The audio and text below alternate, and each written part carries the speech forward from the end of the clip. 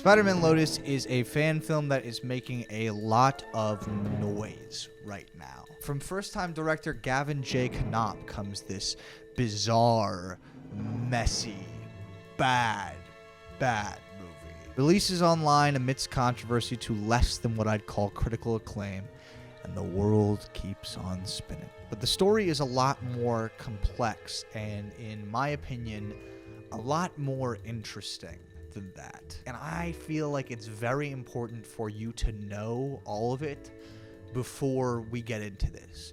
So let's talk about what happened. Okay, so the story goes like this. It's early 2021, and Gavin launches an Indiegogo for Spider-Man Lotus. It raises over $100,000, which is a lot of fucking money. People are starting to get really excited by this thing. John Watts, the director of the MCU Spider-Man trilogy, reaches out to Gavin on Twitter, says, "Hey, I saw your trailer. It looks great." And people are freaking out. The spider community is getting really, really excited about this thing. Amidst the storm of excitement and intrigue, old messages surface from Warden Wayne, the star of the film, where he's using racial slurs, and this upsets a lot of people. He ends up releasing an apology, basically attributing the whole thing to growing up in a conservative environment in Arkansas. He says he's sorry. He says he deeply regrets the words he used. And regardless of how you feel about the sincerity of this apology, many people did not feel as though it was sincere. I don't think anyone can deny that it's pretty fucking difficult to imagine this dude as Spider-Man after you see him using, or maybe that's just me, I don't know, it's difficult. Spider-Man doesn't do that. He's a friendly neighborhood guy, you know? Gavin releases a statement basically saying he disavows Warden and his behavior, and that they've talked about it, and that he's actually been aware of this previously, and it's something that he thought had already been put to bed. And then allegations surface about Gavin using racial slurs and homophobic slurs. Now, I will mention that in multiple articles I read for this video, they mentioned that the Twitter thread exposing Gavin had since been deleted. And I've searched far and wide for fucking hours, okay? And I can't find any screenshots of what he said specifically. I'm not saying he didn't say it. In fact, he released a follow-up video, so it's not like even he was denying that it was something he had said at one point. But it just makes the whole thing fucking messier. Do you know what I mean? I even managed to track down the original thread through another tweet that was referencing it, and yeah, it's fucking gone. So again, I'm not trying to say he didn't say it. I'm just saying it's just another fucking... It's just more in this fucking spaghetti. Do you know what I'm saying? So the response video comes out. He kind of alludes to the project being canceled, but then basically just steps away from social media for months and months. After his video drops, the VFX team, who was working on the project, publicly quits and disavows the project. Part of this VFX team starts to accuse Gavin and Warden both of creating a toxic environment while on set. And other people in this same VFX team are saying, actually, no, it's those people that were making the first accusations that were creating the toxic environment. So this is messy. But the point is, the VFX team quits, which really hurts the project, because they show their work in progress shots that actually some of them ended up in the movie, and they look really fucking good. And then comes the silence. The silence lasts for about 7 or 8 months until this year, when it's announced that Spider-Man Lotus has already screened several rough cuts and is nearing a red carpet premiere and release date. Everyone starts fucking freaking out at this revelation because, I mean, I thought it was canceled. I thought I'd forgotten about it, for long since forgotten about it. They have a red carpet premiere that they post about on social media to get some people talking, get some people excited, and the film drops on YouTube for free a couple days later, garnering over 1 million views in the first day. I mean, suffice to say, I'm assuming most of it was hate watching, given the comments and given the general feedback. But still, 1 million people have seen this movie, or at least watched it 1 million times. And that is, I mean, I'm not trying to give these people any more fucking credit than... I'm just saying that's like a pretty impressive figure for like a controversy of this size. Okay, so that's basically the whole story. Now, let's talk about the movie. Okay, so one of the first things you're going to notice is that the acting in this movie is really hammy and really, really bad. A lot of the dialogue acting is fine, but Warden's narration as Spider-Man is next level fucking cringe. Some of the CGI in this movie looks really fucking good. Like, you can tell when the VFX team was involved and when they weren't, very specifically, because some of it looks like professional, like, movie ready work, and some of it literally looks like Grand Theft Auto 5, like literally GTA 5, dude. One thing I heard a lot of people saying is that they didn't like the action in the movie. I actually thought it was fine. It wasn't anything I hadn't seen before, and I have seen it done much better, but at the same time, if I'm handing out any points, I thought it was okay.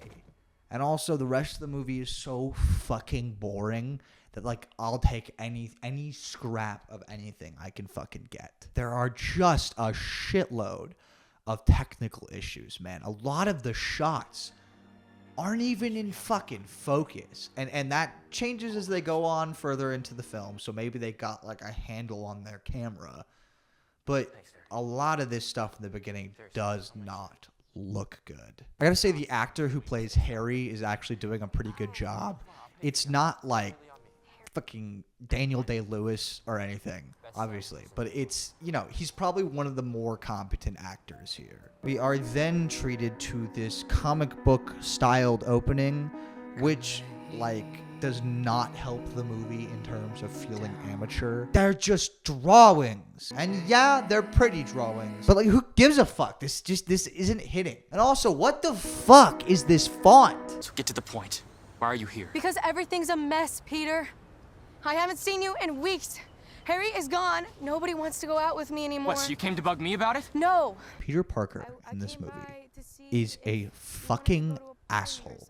And I get that it's a movie about grief and he's supposed to be going through shit, but all it does is make him completely unfucking likable. I don't want to watch him. Spider-Man is supposed to be your friendly neighborhood Spider-Man. Okay? This fucking sucks. All it does is make me not like the protagonist. This guy sucks. I also have to say the actress playing MJ is not doing a very good job.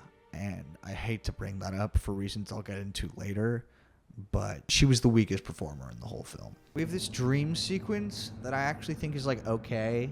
I like that they're using black and white to visualize the fact that it's a dream. But then it goes for, like, way too fucking long.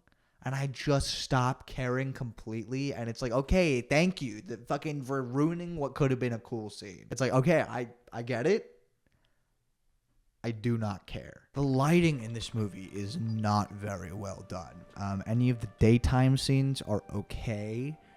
But anytime it cuts to night or any of the lower light scenes, it is fucking awful. They're always way too dark and way too heavy on the shadows, and it's not stylistic.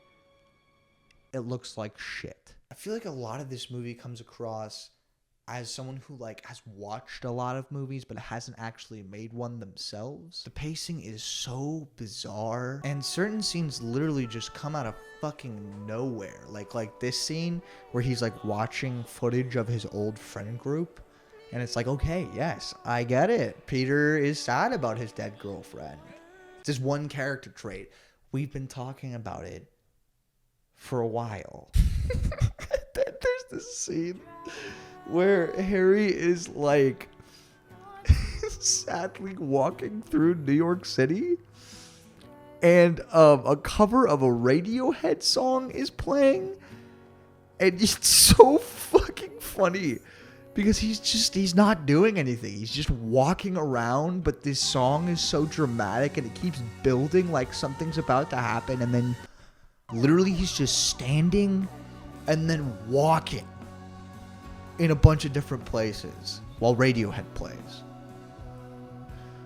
fucking comedy. Spider-Man, Spider-Man, let's go America! Credit where credit is due. The suit in this movie looks fucking great. Like, I seriously think it is one of the best superhero fan-made suits I've ever seen. It looks top fucking notch. And serious kudos to the team. We have this fight scene with Spider-Man and the Green Goblin, and it's pretty boring. None of their fucking movements have any weight, and the VFX is also like pretty bad. Okay, also, yeah, I really have to say the actor playing MJ is not doing a good job. Every single one of her line readings is awkward and stilted. So then Spider-Man goes to see this kid who's like obsessed with him. He's got like posters and like bed sheets of Spider-Man, and oh man, this kid fucking sucks. Like, it's not his fault. He has no shit, but I don't like child actors, man. Get him off my screen. And we get this pretty cute scene where the kid and Spider-Man are like hanging out, and he's like showing him his web shooters and shit, and it's pretty good stuff. Like, this is one of the better scenes in the movie. And then they just start like playing a Spider-Man video game, and like they spend a not insignificant amount of time literally just sitting here playing this game. This movie feels so fucking empty, man.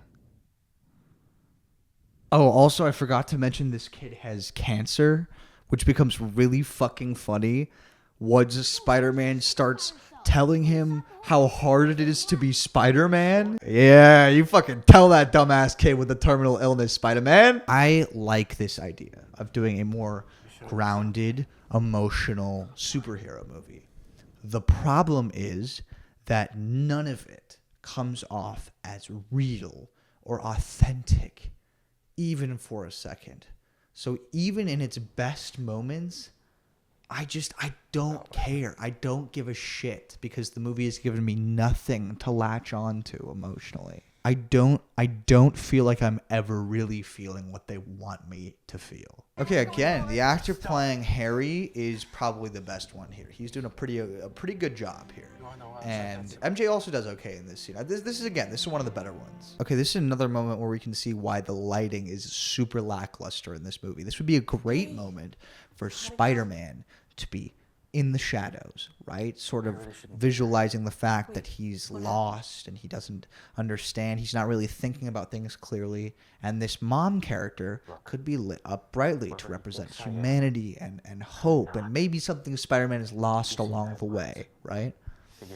So, of course, it's the exact opposite of that. And she even fucking says you don't understand. Like, come on, man. The best of this movie are these little moments between characters, I will firmly say. But the problem is that they're so spread out, and there is so much fucking bullshit padding and dragging the heels along the way. I think maybe if this movie had been like 20 or 30 minutes, it would have been a lot better and people would have liked it a lot more. But they pushed it to feature length, and so it's just fucking boring. So then, pretty unceremoniously, without any semblance of arcs created or completed, the movie just starts to end with this little bit of narration that just goes on for so fucking long. Please cut to black. Oh my god, oh my god! Oh my god, I do not fucking care, dude. This movie has not made me care about any of these characters enough to justify this going on and fucking on. Oh, I'm begging this movie to just fucking end. Man, this is explosive shit, dude. Not since I watched the ending of There Will Be Fucking Blood have I felt such a chill up my spine. Can this please end? Can this please end? It feels like they're trying to resolve every single fucking loose thread and hanging chad that they've left along the way in these last fucking terrible 10 minutes. Oh my god, this shit is actually painful. Tell Gwen that I miss her too. Gwen is dead, MJ. You cold fucking bitch. Oh, thank God. Oh my god, please! This movie fucking refuses to die! Off he goes to be the world's most fucking boring Spider-Man imaginable. So that was Spider-Man Lotus. I didn't like it. The pacing was like fucking molasses, and it was boring as shit, and it smelled bad. Now let's talk about the guy who fucking made it.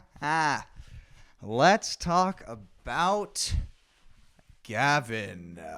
So Gavin J. Konop, the man who made this film, has engaged in what I would call some indie filmmaker sins.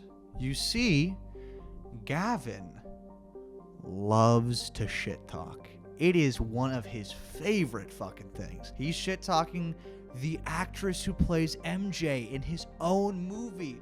Which, yes, I also don't think she's that good of an actor, but brother, you cast her and she's a fucking cat. She's part of your cast. Like, what is wrong with you? And possibly the most egregious to me personally is the fact that he shit talked a bunch of other fan films and fan film creators, basically saying that part of the reason he wanted to make Spider-Man Lotus in the first place was to show up those people, or to basically prove that he was the best one that could ever do it, that could ever do it. And that is so fucking cringe.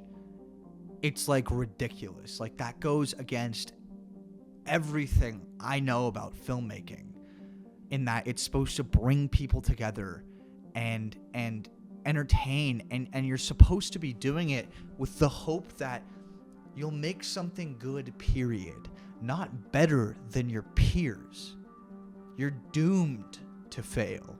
This film is a failure because it wasn't made out of love for Spider-Man, and it wasn't made because he had a story he was burning to tell that Spider-Man fit the narrative for. He made this out of pride and ego to prove that he was the fucking best. And that's the worst part of all. I mean, besides the racial slurs, that's pretty bad too. Obviously. These are not the words of someone who has art to share. These are the words of someone who's looking for attention. And attention is what he got. Controversy or not, this project fucking catapulted Gavin into the mainstream. His YouTube channel skyrocketed to 100,000. I mean, the bro has a fucking silver plaque for this. This is an abject failure. Not just because he made a bad movie, right? A lot of people make bad movies. It's really fucking hard to make a movie. And make a movie that works? That's fucking ridiculous. It's a failure because from the ground up, it was gone about in the wrong way, with the wrong set of motivation and the wrong intention. You are doomed to fail if this is the way you're thinking about your projects. And I get that he was put in a very tricky situation following the series of scandals, you know? I mean, some people were upset with him that he wouldn't just cancel the project outright, but it was funded by fans. It was crowdfunded, and a lot of those people, a lot of those donators were not happy. I don't know what the right decision would have been in that situation. I mean, some people would certainly say cancel the project, refund everybody immediately, apologize, and go away forever. But I don't think that black and white. I think he tried to make the best of a shitty fucking situation, but it just didn't work out. So, where do we go from here? Right? What do we take from this? What's the moral here? I don't know that there is one. It's a big, messy mess. Gavin made a community post on his YouTube channel asking for genuine feedback on the film and saying that he wanted to improve before moving on from Spider-Man Lotus forever.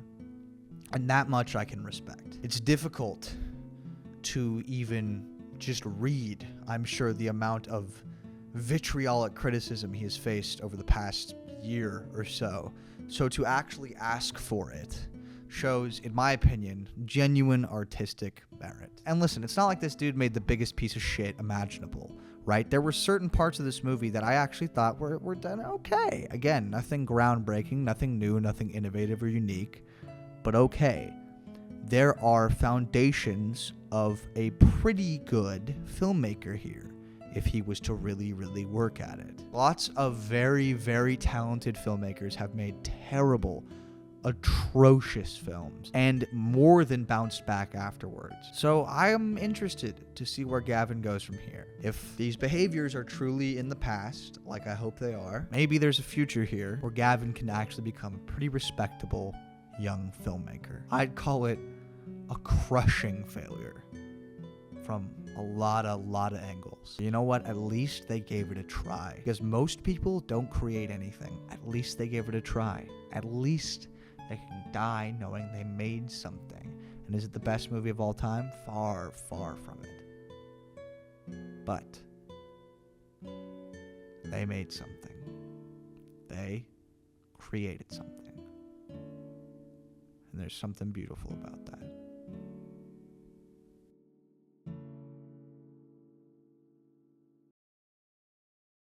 Oh, hey guys, thanks for watching, man. I really appreciate it. I put a lot of work into this video, and I hope it shows. It was a lot of fun to talk about, although I might have come across as angy during some of it. That's just the YouTube persona, man, so I'm just trying to lean into that. Hey, thanks so much for watching, though, seriously. I have some things you can watch right now. Check out the link in the description to find out about the next feature film I'm actually going to be making, Brain Bugs. A whole bunch of information right there. You can also find my first movie, Road Trip Runaway, on Prime Video and Bug TV. We also have a couple other YouTube channels. One is CUTitPRINTit, where I make my filmmaking stuff. So if you want to make sure that I'm not full of shit or you're just interested, check that out as well. Again, in the description. Our biggest project on there, Snowmen, has just over 12,000 views now, which is like a fucking dream. It's fucking amazing. It's never happened to me before. And the fact that that many people, or at least it's been watched that many times, is unreal. So thank you to everyone who's watched that, and check it out if you're so inclined. AWESOMETOWN, I've got a podcast with my wonderful girlfriend Tegan. You can check out in the description. We just made a comeback after a hiatus of a few months. So if you're into comedy and laughs, check it out, man. Leave a comment. Tell me what you thought about Spider-Man Lotus. Did you think I was too harsh? Do you think I wasn't harsh enough? What do you think about Gavin using racial slurs? I hope we can all agree that was pretty cringe. Thank you for watching, seriously. Gavin, if you're watching, however unlikely that might be, please know it's all in good fun. One filmmaker to another. Much love. Keep on your grind. Stop with the racial slurs. Maybe vet your cast for acting ability and also for previous use of racial slurs next time. But hey. But anyway, what did you guys think? Let me know. Thanks.